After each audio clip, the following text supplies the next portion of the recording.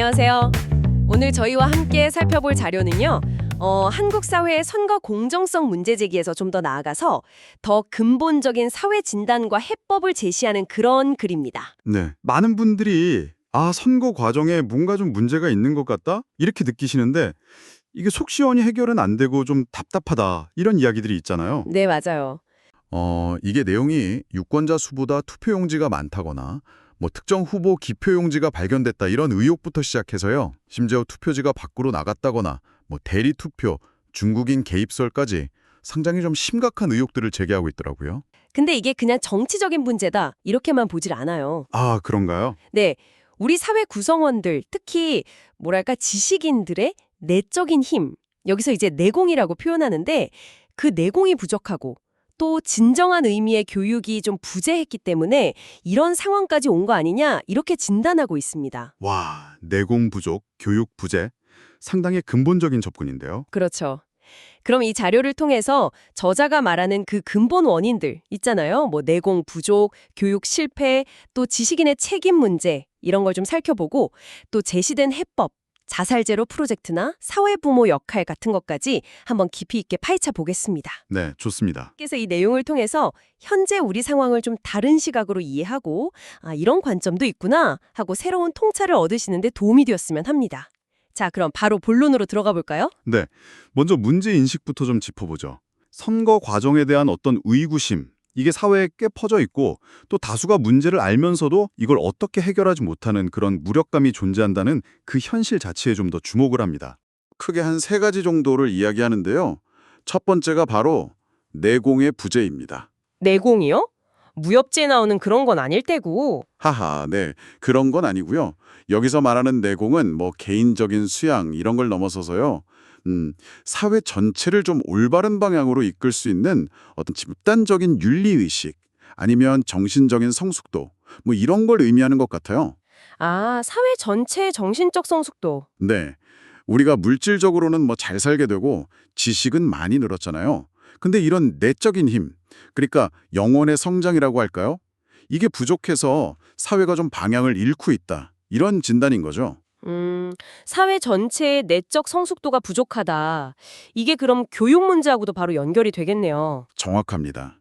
그게 바로 두 번째 원인으로 지적하는 교육의 실패예요. 교육의 실패? 네. 지식을 전달하는 학습은 넘쳐났는데 정작 중요한 거, 그러니까 사람답게 사는 법, 또 공동체 안에서 같이 잘 살아가는 지혜, 이런 걸 가르치는 참된 의미의 교육은 사라졌다는 거죠. 그래서는 뭐 예를 들어서 효 문화가 사라진 걸 언급하기도 하고요. 머리는 똑똑해졌을지 몰라도 인간적인 도리나 어떤 사회적인 책임감, 이런 건 제대로 배우지 못했다. 결국 지식만 쌓였지 그걸 어떻게 사용하고 함께 살아가야 하는지에 대한 교육은 부족했다. 이런 이야기군요. 네, 그런 맥락으로 이해할 수 있겠습니다. 그럼 세 번째 원인은 뭔가요? 지식인의 책임 방기를 언급하던데요. 네. 이 부분도 상당히 날카로운데요.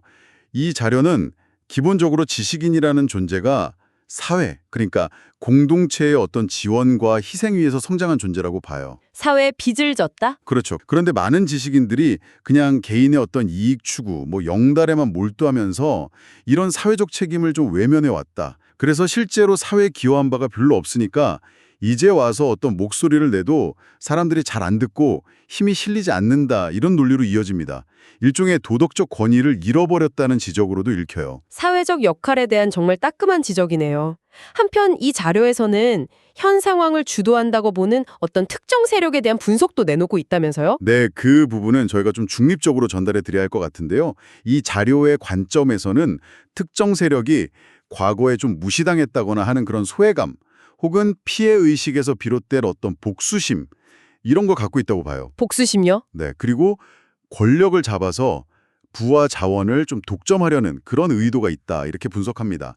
뭐 예를 들어 뭐 부동산 투기라든지 세금을 좀 다른 방식으로 유용한다든지 이런 방법을 통해서 자신들의 부와 권력을 더 단단하게 만들려고 한다 이렇게 설명하고 있습니다. 상당히 뭐랄까 강한 분석이네요.